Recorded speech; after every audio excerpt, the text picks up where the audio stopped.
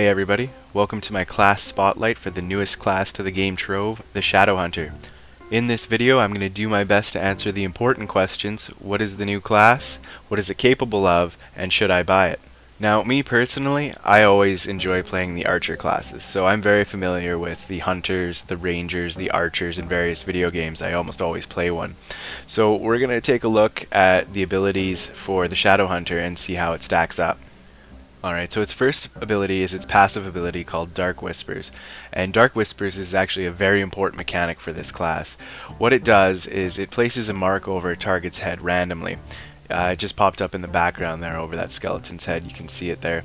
And what it does is it marks a target. The marked target will take increased damage from your right click attack, which is a charged arrow, radiant arrow. You can see it on the screen there. And speaking of which, probably the second most crucial aspect to this class is your ability to use and effectively use your right click attack radiant arrow. In fact, your other two abilities after that, Sun Sphere and Arrow of the Goddess, they are actually intended to help make your right click attack more effective. So a lot of emphasis in the gameplay is put on, hitting these big heavy shots with your right click attack. So that there is the normal attack. These are just a few normal arrows here, and I'm going to charge one up now.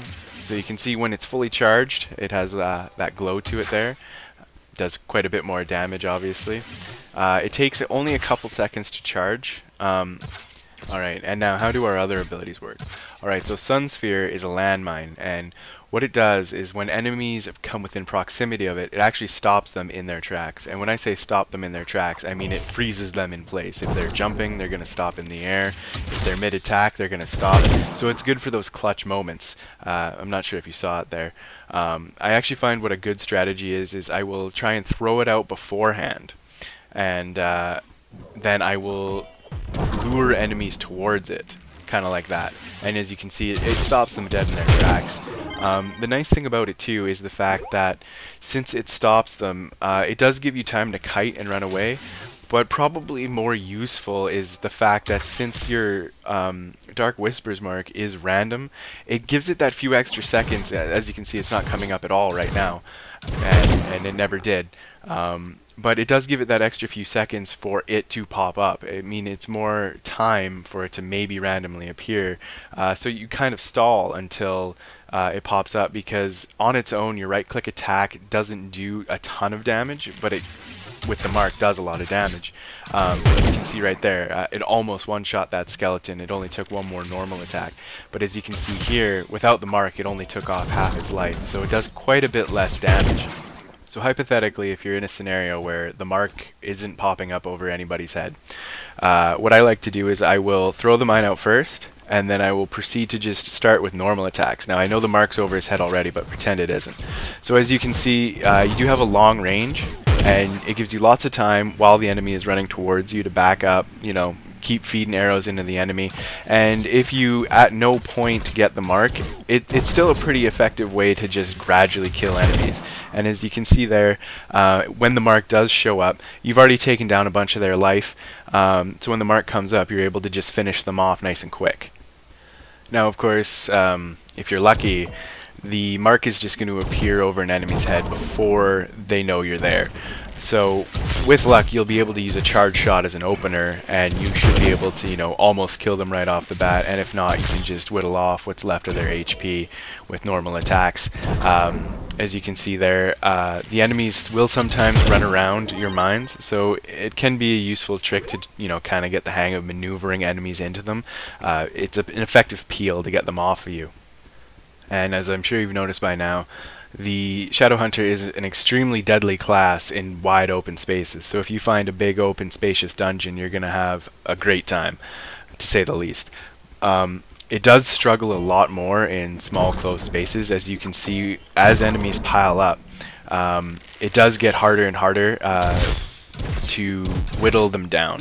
The reason for this is that since the mark is random, you may be trying to burn an enemy that the mark isn't on, so they'll be dying slower. So you have to be able to switch targets quick. You have to be able to play to where the mark goes, since you can't pick where it goes.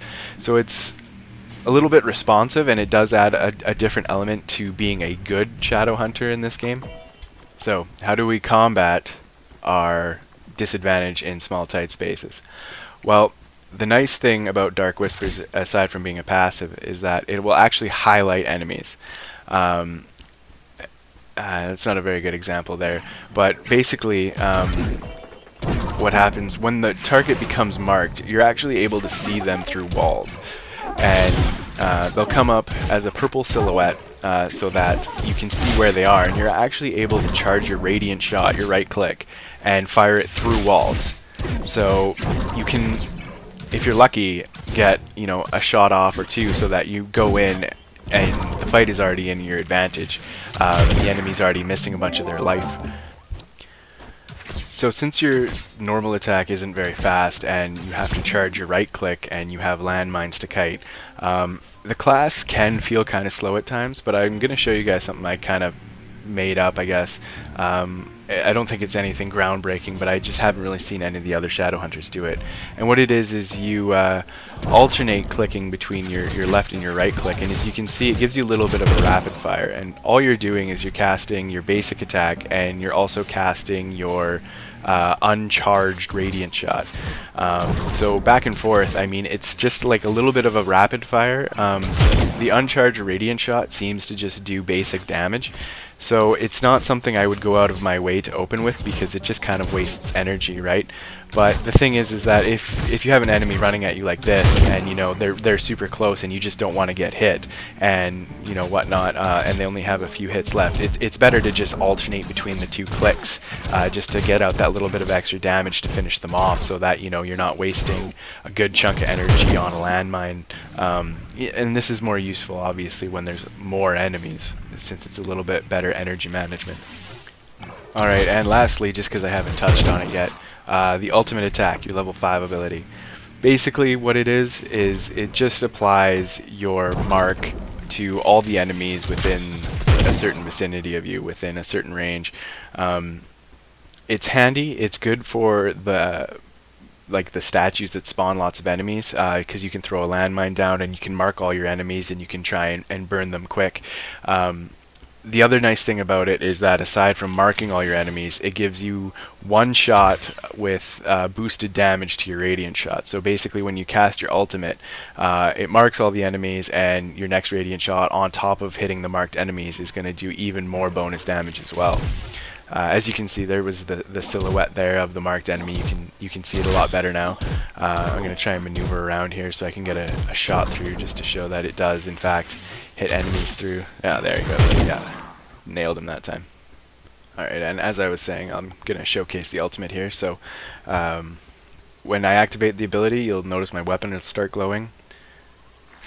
There we are. And as I move into vicinity, it marks the enemy, and bang, one shot, one kill.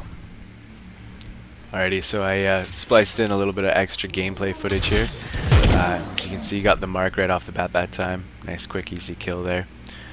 Coming around the corner here, found another bug, and shot him through the wall, got the opener again. Nice and easy. Like I was saying, I mean, when you get a nice big open dungeon like this, it's really easy to, clean house. You pick your shots, and it's kind of like playing an archer with your stealth in Skyrim. That's what I feel like when I'm playing this game. That's of course solo play. I do believe that the Shadowhunter will excel in group combat just for its heavy nuke abilities. I mean, it's the kind of class you're going to want to bring to a boss fight. And of course, no spotlight would be complete without showing the weaknesses. As you can see, I used my ultimate ability there.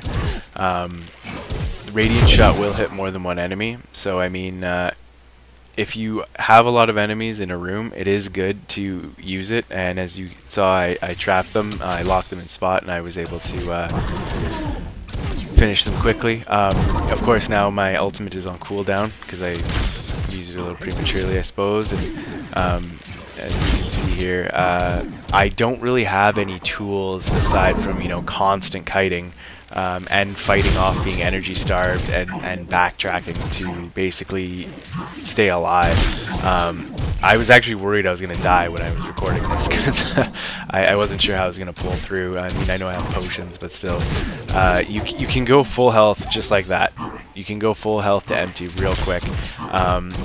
So, I mean, if you're energy starved between trying to get, the kills and kiting, it's a good way to end up dead fast. So, I mean, it's definitely important to play smart. And lastly, the final question is the Shadow Hunter worth the money? I would say yes. I think if you enjoy ranged classes, and in particular archer classes, it's definitely got the gameplay down proper. If you enjoyed playing Skyrim archery, you're probably going to enjoy this game. Yeah, I don't know. I was pretty happy with it. It's not as zergy as some of the other classes are. You're not going to clear stuff as fast as the Dracolite does solo, for example. But I mean, if you play smart, you can do a lot of really cool things, and it has a lot of unique abilities. You can definitely tell the class was designed with a particular playstyle in mind, and I think you would know if this playstyle is one you enjoy. And with that, I'm going to wrap it up. I hope this was informative and you enjoyed it. Make sure you comment on the video and let me know what you want to see more of in the future. Thanks for watching.